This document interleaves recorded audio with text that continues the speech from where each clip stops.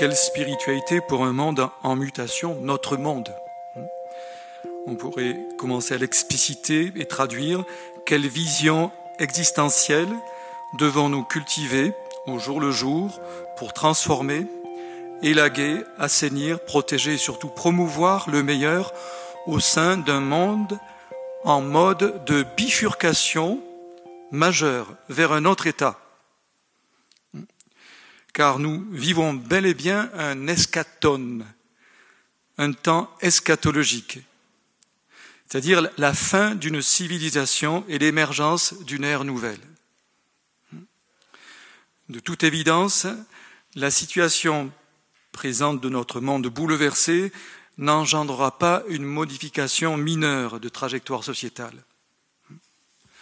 La méga-crise, comme on le dit, la méga-crise actuelle, est d'une autre nature que les précédentes crises de l'histoire de l'humanité par son ampleur inédite, nous verrons le contenu, et par les défis qu'elle nous impose.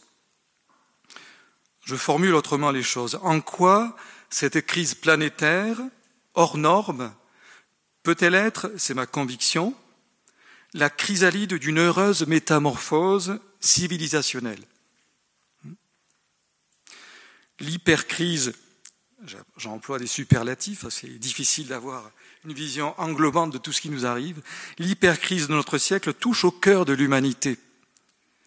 Elle constitue un séisme anthropologique puisque toute l'humanité est concernée, tout humain sur la planète et tout l'humain, tous les étages de l'être, physique, psychologique, spirituel, pour faire bref.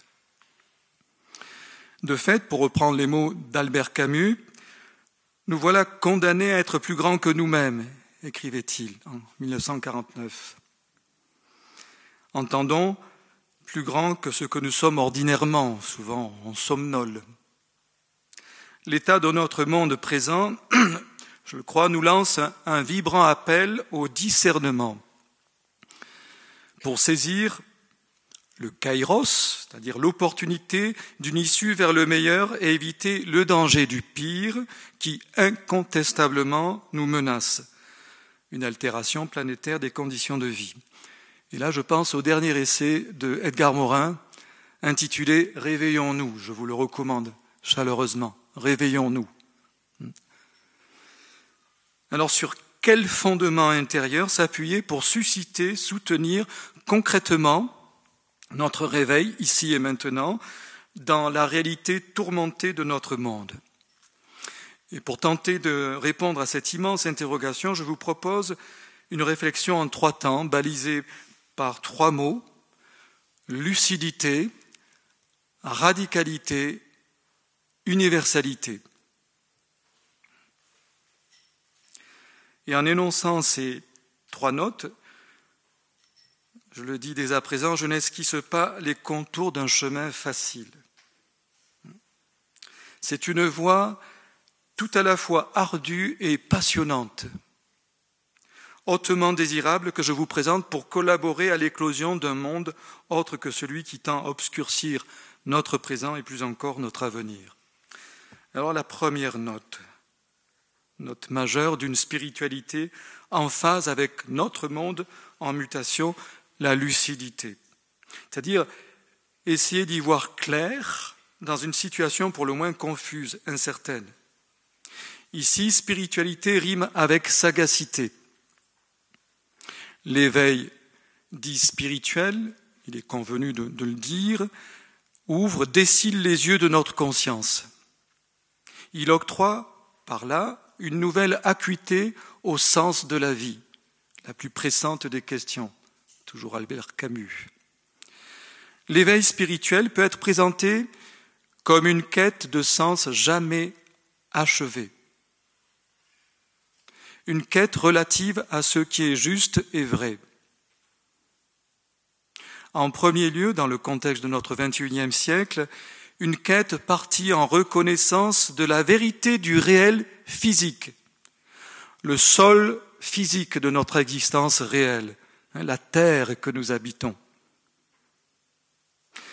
La lucidité qu'induit une spiritualité pour notre temps est d'abord celle du juste regard posé sur la réalité empirique du vivant. Aujourd'hui, la spiritualité, voilà la première marche.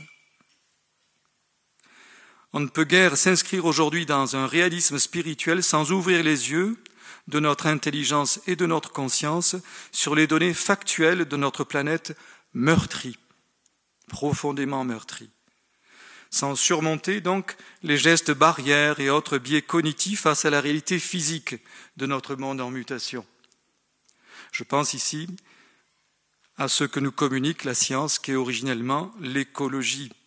L'écologie participe, je le crois profondément, à la mission prophétique d'éveilleurs des consciences, d'aiguillon existentiel pour un nécessaire changement de paradigme culturel. Et vous le savez, de nombreux scientifiques s'engagent d'une manière militante maintenant. Je pense à Peter Casmel, qui s'est enchaîné aux portes de la banque JP Morgan Chase pour alerter. Et ils ont créé plusieurs centaines de scientifiques, Scientist Rebellion, en écho à Extinction Rebellion. Parce que, comme dit François Gémen, il ne suffit pas de crier au feu, il est bon d'aider les pompiers aussi. Et nous tous sommes concernés, vu la gravité. Donc depuis, disons, je ne suis pas un spécialiste écologue, mais depuis la deuxième moitié du XIXe siècle, avec le néologisme forgé par Ernest Haeckel, 1866 je crois, l'écologie est une science de la nature à la croisée de multiples sciences, biologie, physique, climatologie, éthologie, océanologie, j'en passe, et avec sa posture objectivement critique par rapport aux activités humaines, sociétales, l'écologie est un appui sûr à l'essor de notre esprit vers ses plus hautes aspirations, par sa posture objectivement critique. Aussi paradoxal qu'il puisse paraître, ce point d'appui est une des grandes opportunités spirituelles de notre siècle. Redonner à notre monde une juste direction existentielle. Je précise. Pour quelles raisons l'écologie participe-t-elle à la conversion spirituelle et éthique de notre temps ? Parce qu'à l'heure où tout semble se fragmenter, se déliter, se désunir sous la pression des activités humaines débridées, l'écologie révèle, délivre la clé de compréhension du vivant, humain et non humain, la relation. La relation. L'écologie est la science de la relation. On peut la définir ainsi. L'étude des relations entre les organismes vivants et leur environnement. Or, ce que l'écologie nous apprend sur la cohérence du vivant, sur le logos de la vie des écosystèmes, entre dans une étonnante et détonnante résonance avec ce que la foi, le cœur de la foi chrétienne et la théologie ne cessent d'étudier, de méditer, d'intégrer dans sa propre vie, Dieu et relation. Relation subsistante, disent les théologiens. Le fond de l'être divin n'est pas substance, il est être avec. Être avec. Il nous crée pour être avec. La création, toute la création en a reçu la marque, le sceau du mystère relationnel que Dieu est. On peut dire l'unité interdépendante des composants du vivant, c'est le tableau cosmique de l'œuvre de Dieu. Et donc il n'y a pas d'autre verbe que celui d'aimer, de prendre soin du vivant, avec toute la force de ce mot, humain et non humain, pour s'accorder avec la geste créatrice de Dieu, à goûter quelque peu à la paix de l'harmonie du vivant, l'harmonie foncière du vivant. Alors essayons-nous quelque peu à cette courageuse clairvoyance, la lucidité, sur notre monde réel. Il devient tristement banal de dire de notre monde qu'il est en crise. La crise, par définition transitoire, elle est devenue chronique, endémique. On parle de crise systémique, protéiforme, crise sanitaire dont on n'est pas encore sorti. On nous annonce encore des variants venus d'Afrique du Sud. Crise migratoire, crise des ressources énergétiques, alimentaire avec le spectre des famines ici et là. Et voilà que vient s'ajouter depuis fin février, nous ne le savons que trop, avec la guerre en Ukraine, une crise géopolitique de grande ampleur, mondialisée, et toutes les conséquences économiques, sociales, sociétales. Et bien sûr, la donnée déstabilisante majeure, sous-jacente à toutes les crises que je viens d'évoquer, dont la gravité est décryptée, annoncée depuis des décennies, la crise du vivant dévasté par les activités d'un système politico-économique et technocratique prédateur. Donc jusqu'à mettre à mal rien de moins que la viabilité de notre maison commune, la planète Terre. J'aime citer Clive Hamilton, le philosophe australien, qui écrivait en 2018 « Il est presque impossible d'accepter toute la vérité sur ce que nous avons fait subir à la Terre. »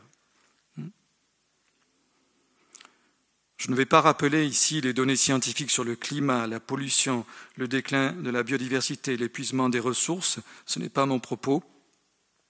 Et je suppose que vous êtes tous ici suffisamment informés sur le désastre en cours, étayé par le 6e et dernier rapport du GIEC, notamment les 2e et 3e volets, en février et avril. Donc, pour dire brièvement sur le réchauffement climatique, nous sommes à plus 3,5 degrés à plus 5,5 degrés de trajectoire d'ici la fin du siècle, notre siècle, si on continue à faire ce que nous faisons et à ne rien faire de ce qu'il faudrait faire. Et Antonio Guterres, secrétaire général de l'ONU, disait par rapport au 3e volet, c'est un recueil de la souffrance humaine, et il ajoute la preuve de l'abdication criminelle des dirigeants mondiaux. Fin de citation. Une alarme de plus. Nous sommes passés d'un problème écologique, envisagé comme tel il y a quelques décennies, à un choc existentiel, une tragédie, écrit Bruno Latour. Très juste. Nul doute possible. Le monde, notre monde, est entré dans une phase de grand déséquilibre, une irréversible mutation. Alors, question. Versus catastrophe, tournant vers le bas, ou versus métastrophe, tournant vers le haut? Je crois que c'est la grave interrogation qui ne peut pas nous habiter, nous tarauder. Après ce constat que délivre un regard quelque peu lucide. Et en m'exprimant ainsi, mon intention ne vise en aucun cas à attiser l'émotion de la peur pour elle-même, que ce soit bien clair. Mais je crois qu'il importe toutefois de s'arrêter un petit moment sur cet aspect souvent esquivé parce que peu agréable. Il est évident que la validation du diagnostic passe par l'acceptation de l'information pour le peu négative. Certaines parlent d'amère digestion, si ce n'est pas d'indigestion, de la connaissance du diagnostic. Michel Maxime a parlé d'éco-anxiété, solastalgie, etc. Ce que j'ai personnellement vécu, il y a plus de 4 ans, lors d'un long séjour en milieu médical, quand je me suis intéressé non seulement à la littérature collapsologique, mais aussi au résumé des scientifiques GIEC, IPBES, y compris CNRS, Météo France, Institut Pierre-Simon Laplace, et ça a été un choc. Un choc. J'ai eu un gros coup de blues pendant au moins 2 semaines pour arriver à est-ce ça, c'est la réalité? Alors chacun gère comme il peut ce passage. Je crois qu'il est vraiment incontournable, voire nécessaire, mais il ne faut pas s'y enliser, évidemment. Être alarmé lorsqu'il y a danger est salutaire. Je pense ici qu'il y a une alarme pour incendie. Si elle se met à sonner, je ne pense pas qu'on va rester les bras croisés comme ça, surtout si ce n'est pas un exercice. Bon. Mais l'humain est ainsi fait qu'il excelle dans l'art de biaiser les émotions dites négatives. Pour autant, passer par le stade de la peur n'est en aucun cas un plébiscite à une stratégie de la peur et de l'effroi, pas d'alarmisme pour l'alarmisme, qui plombe, sidère, le catastrophisme. Il importe simplement, de même que pour toute autre émotion, y compris la joie, pas hystérique, ou la colère, ce n'est pas la rage, etc. La tristesse, que ce soit pas la déprime. avoir l'intelligence de sa peur, entendre son message. Que me signale la peur? Vers quelle action me mobilise-t-elle? L'injonction biblique « n'ayez pas peur » signifie « ne soyez pas paniqués, effrayés, sidérés, ne perdez pas vos moyens, ne vous enfermez pas dans l'amplification de la vibration négative de la peur, mais évaluez, examinez ce que signale votre lourde inquiétude, raisonnez votre peur pour faire naître la vertu corollaire à la peur, qui la surmonte, la maîtrise, le courage. » Et alors, on peut peut-être mieux entendre la fameuse formule de Gunther Anders, philosophe, le courage d'avoir peur. C'est un peu provocateur, mais là, on peut mieux l'entendre. Le courage ouvre une issue qui neutralise, du moins gère au mieux, le danger et la peur provoquée par le danger. Et aujourd'hui, nul doute qu'il y a danger, péril en la demeure. Et c'est ici, chers amis, que pointe l'espérance. Pas l'espoir humain, l'optimisme béat. Le courage est l'auxiliaire de l'espérance. J'entends ici l'espérance de la foi, celle que génère la foi en Jésus-Christ. L'espérance en sa résurrection, elle intègre sa passion et sa mort sur une croix. Et c'est ainsi qu'elle est semence de vie invincible. Donc, cette espérance en la résurrection, intégrant sa passion et sa mort sur la croix, parce qu'elle procède de cette croix, cette mort du Christ sur la croix, semence de vie, invincible, parce qu'elle accomplit la plénitude de la charité du Christ, l'agapé de Dieu. C'est un lieu majeur de la réflexion théologique et surtout de notre foi, sans parler des élucubrations théologiques. Contemplons le courage, chers amis, avec lequel Jésus nous a aimés jusqu'à la mort et la mort sur une croix. Cœur de sa grande mutation vers le meilleur, la résurrection. L'espérance participe du courage de la mort du Christ pourvoyeuse de vie, l'espérance chrétienne. Donc le courage christique auquel nous sommes tous conviés est vecteur d'espérance eschatologique aujourd'hui pour notre monde en mutation. Il est sa force motrice pour dépasser tout découragement et traverser jusqu'à l'angoisse du désespoir, voire de l'agonie. Et j'aime beaucoup le mot de Jean Sullivan, un penseur chrétien. L'espérance, c'est la peur transfigurée par le courage. Très juste. Par la constance à aimer jusqu'à la fin. Voilà une des vertus cardinales d'une spiritualité pour un monde en mutation, le courage de la lucidité. Et il en faut. De la lucidité sur les défis, les dangers, les périls auxquels notre monde doit inéluctablement, incontournablement faire face pour agir dans l'espérance. Alors une fois posé, validé le diagnostic sur l'état de notre monde en mutation, croire en ce que nous savons, comme dit le philosophe Jean-Pierre Dupuy, croire aux informations, à la vérité factuelle de ce que nous savons, comment être et agir avec courage? Où dois-je être? Où me situer spirituellement pour donner le meilleur de moi-même à travers l'éventail de mes appétences, compétences, mais aussi de mes limites? Radicalité.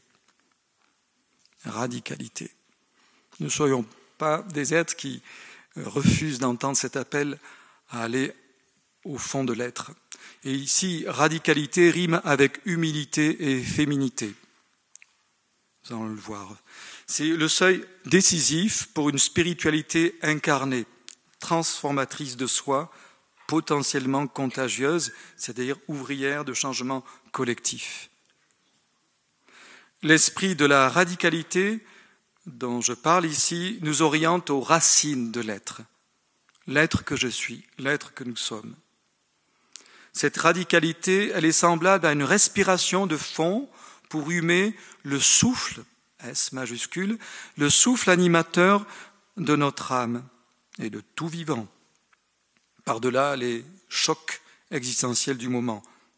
Non pas pour s'établir dans une forme d'insensibilité affective, une pseudo-spiritualité. Être radical, c'est puiser en soi, au tréfonds de soi, l'énergie foncière de sa pleine humanité, et pour assumer la responsabilité de notre statut d'être humain ici et maintenant dans la chair de notre temps. Aussi, face aux plus grands défis de l'histoire de l'humanité, préserver l'habitabilité de notre terre, seule la radicalité peut aujourd'hui frayer une issue crédible. C'est Hervé Quin, le rédacteur en chef de Reporter. Il faut être radical parce que la situation est radicale. Ce n'est pas une affirmation banale, une formule parmi d'autres. Il ne reste guère d'options non radicales devant nous aujourd'hui. Et c'est une bonne nouvelle de ne pas rester à la surface, de descendre au fond. Tous concernés par le drame écologique, nous sommes tous conviés à une radicalité existentielle. Beaucoup, bien avant la guerre en Ukraine, invoquaient la nécessité d'une mobilisation semblable à celle convoquée en état de guerre. Alors, évidemment, tout dépend de la mobilisation. Qu'est-ce qu'elle cible? Les symptômes ou les causes? Il y a des milliers d'hommes qui taillent dans les branches du mal, les symptômes, pour un qui s'attaque à la racine, écrit Henry David Thoreau, le philosophe naturaliste, poète américain, 19e siècle.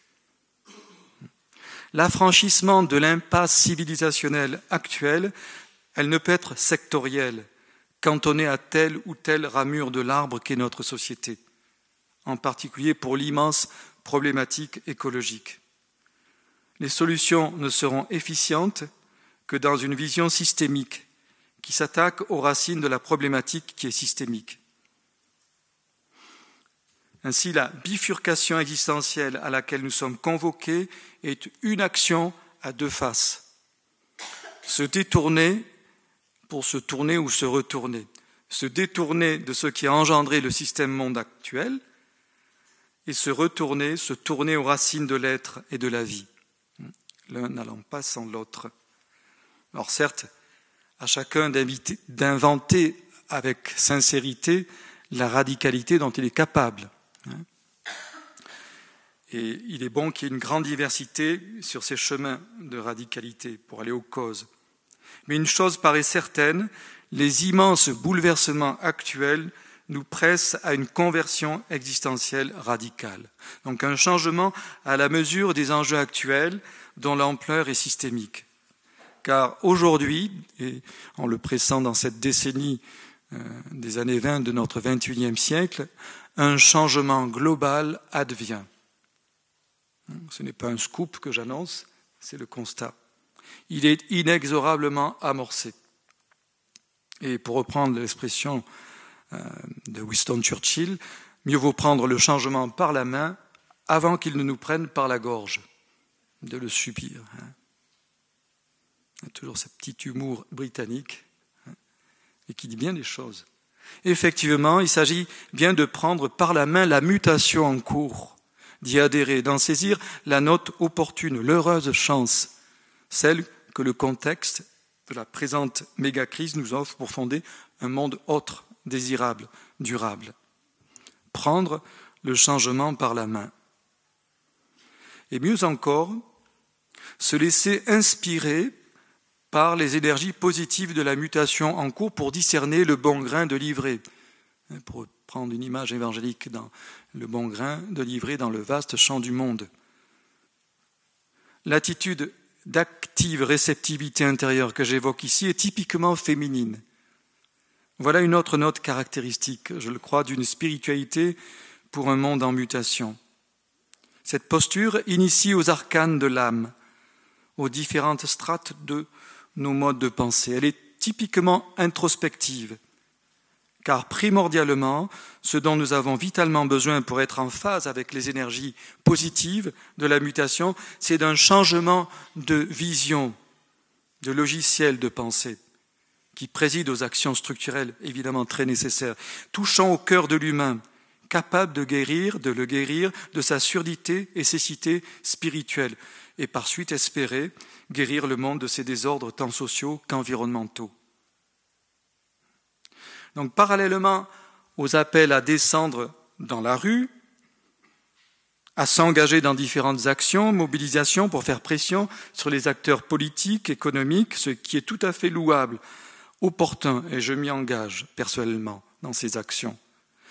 Mais la radicalité de la situation présente nous appelle avant tout à descendre en soi, à entrer au-dedans de soi à l'image de l'enfant prodigue de l'Évangile, prostré dans la conscience de sa dépression, du choc existentiel dont il est affecté. Vous connaissez la parabole. Entrer au-dedans de soi, c'est vraiment l'expression en grec dans l'Évangile, au verset 17 exactement, de Luc 15. Entrer au-dedans de soi, afin de changer de cadre de pensée, voilà la grande urgence, l'urgence vitale. Save our souls, SOS. Denis Medov, le maître d'œuvre du célèbre rapport du Club de Rome, dont nous célébrons les 50 ans cette année, 72-2022, disait en 2013 « Nous avons bâti un système économique qui correspond à des idées. La vraie question, écoutons bien, est de savoir comment nous allons changer d'idée. » 8 ans plus tard, en 2021, assez récemment, il précise encore la question cruciale, comment allons-nous changer nous-mêmes? Si nous parvenons à nous changer, le système changera. Si nous ne changeons pas, nous pouvons changer le système autant qu'on veut, il donnera toujours les mêmes résultats. Fin de citation. Lourd de sens, hein? Donc, les mêmes résultats, entendons les effets désastreux que nous subissons depuis des décennies et qui mettent en péril notre maison commune. Donc changer de système, non le système, dirait Arthur Keller, qui répète souvent cette expression, implique un renversement de la pensée, une vision métamorphosée de notre rapport au monde, à soi, aux autres, à la nature, à tout être vivant. Autrement dit, seule une révolution qui commence par soi pourra inverser les tendances lourdes de nos modes de vie, géocide, biocide, homicide. Ces perspectives cruciales, elles nous obligent, il faut le dire sans détour, à réformer les fondamentaux de notre monde conditionnés par la doxa technocratique et financière. Alors, je reprends une formule du pape François dans l'encyclique Laudato Si, comment acter l'urgence d'avancer dans une révolution culturelle courageuse. Une révolution culturelle courageuse. Laudato Si, numéro 114. Au travers des avis de tempête écologique et sociétale qui se multiplient, donc pour nous aider à ne pas lâcher la main bienfaisante de la mutation en cours, à ne pas résister au changement radical auquel le vivant nous appelle, je vous propose la lecture d'un passage de l'Évangile, la maison bâtie sur le roc, et j'associe les deux versions, Matthieu et Luc. Que nous dit Jésus après le discours inaugural de sa mission, la praxis qu'il recommande éclairée par les béatitudes? Écoutons-le. Quiconque vient à moi, écoute mes paroles et les met en pratique. Je vais vous montrer à qui il ressemble. Il ressemble à un homme prévoyant qui a construit une maison. Il a creusé très profond et il a posé les fondations sur le roc. La pluie est tombée, les torrents ont dévalé, les vents ont soufflé et se sont abattus sur cette maison. La maison ne s'est pas écroulée, effondrée, car elle était fondée sur le roc. Elle était bien construite. Fin de citation. Donc, creuser très profond, c'est d'abord entrer au-dedans, au plus profond de soi. Et alors, poser, non, 5 minutes, oh, mon Dieu, je suis consterné. Alors oui, là je suis un peu, tant pis. Et poser les fondations de son agir sur le roc. Alors, comment je vais faire pour terminer en 5 minutes, cher Maxime? Oui. Oui. Alors, bon, peu importe. Ouais, tout est grâce, comme dirait quelqu'un. Donc, radicalité, rime. Oui, bon. Oui, non, mais j'en tiendrai compte. Hein. Donc voilà. Bon, entrer au-dedans de soi, creuser au plus profond de soi et poser les fondations, alors, de son agir sur le roc de la praxis de Jésus. Sinon, si on oublie cette profondeur, la maison ne tiendra pas. Donc, radicalité, je vous l'ai dit, rime avec humilité et féminité, parce que la racine renvoie à l'humus, à creuser très profond dans nos propres terres intérieures. Donc, c'est pour cela que l'humilité est l'initiatrice de cette immersion, nous prédisposant donc à l'écoute, à la douceur de l'écoute, cette note féminine, à la force non dominatrice de l'écoute, à sa vertu de décentrement de soi. L'humilité de l'écoute, je crois, est force de la non-puissance que manifeste Jésus, Dieu en Jésus. Elle nous délaisse de la propension mentale à vouloir maîtriser, contrôler. Elle est en quelque sorte maîtrise de la maîtrise, dit Michel Serres. Elle est cette humilité principielle. Claude Lévi-Strauss qui dit « humilité principielle respectueuse d'abord de toutes les formes de la vie en dehors de la sienne ». Et donc à l'image des plantes, je contemplais ces magnifiques arbres là, avec ces racines qu'on ne voit pas mais que l'on devine dans l'extraordinaire ramure, eh bien, à l'image des plantes qui tirent leur fertilité de la terre dans laquelle elles sont racinées, la fécondité de nos vies, de nos actions, de nos engagements procède de l'humilité et de l'écoute propre à l'humilité. Et un des premiers fruits de cette écoute humble, c'est la validation de nos limites et par suite de celles des écosystèmes naturels, toute créature. Donc l'humilité délivre vraiment la clé de l'écoute contemplative. Et c'est cette posture qui nous prédispose au croire que Dieu espère de tout être humain.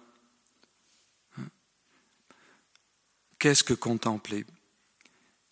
Contempler, c'est se donner du temps, c'est écouter silencieusement ce qui se donne à voir, à percevoir avec les sens de l'âme et du corps. Contempler, c'est se laisser regarder par l'être des choses dans leur diversité naturelle et entendre leur singularité, leur rôle essentiel à la grande fresque du vivant. Donc c'est se laisser saisir par le lien vital qui nous unit et nous réunit à tout être vivant. Donc l'urgence aujourd'hui, au moment où nous perdons le sol sous nos pieds, c'est de comprendre que nous sommes dépendants de ce sol qui nous porte, de cet air que nous respirons, de l'eau que nous buvons, des animaux grands et petits qui peuplent la terre. Nous coexistons avec eux, nous intersommes avec tous les êtres, dit magnifiquement Thich Nhat Hanh. Donc l'action primordiale, radicale, cette action première est bien écouter, contempler, être initié à cette écoute silencieuse, s'émerveiller devant le miracle permanent de la création. La vie est un miracle permanent. Et j'ai pris quelques minutes ce matin pour me promener sur le sentier méditatif. Et quand on découvre, c'est vrai qu'il y a la joie de la découverte première, de cette beauté environ, c'est saisissant. On écoute, on se laisse regarder par l'être des choses. Et on peut entendre le message que dit toute créature. Je suis parce que lui est de toute éternité. J'en suis le messager, moi aussi. Le psaume 18 nous le dit à sa manière.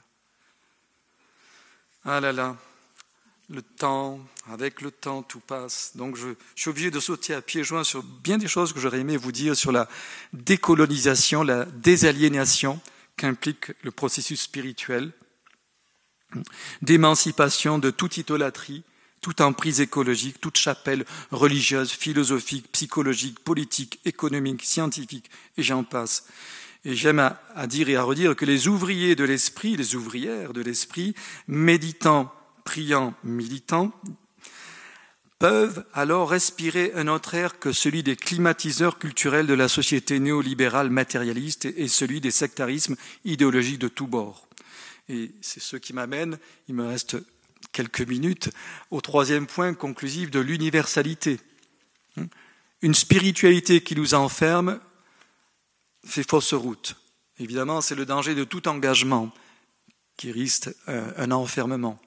Mais quand on descend au fond de soi, on entend cette sonorité transversale à tous les vivants qui est en fait le souffle divin, l'esprit avec un E majuscule. Donc l'écoute est ici ferment d'une culture universelle. Ce sens de l'universalité, il n'est pas naturel, il faut le cultiver. La culture ne peut être que plurielle car se définissant par rapport à l'autre. Une culture unique, c'est un oxymore, un impensable. Sans l'autre, pas de culture.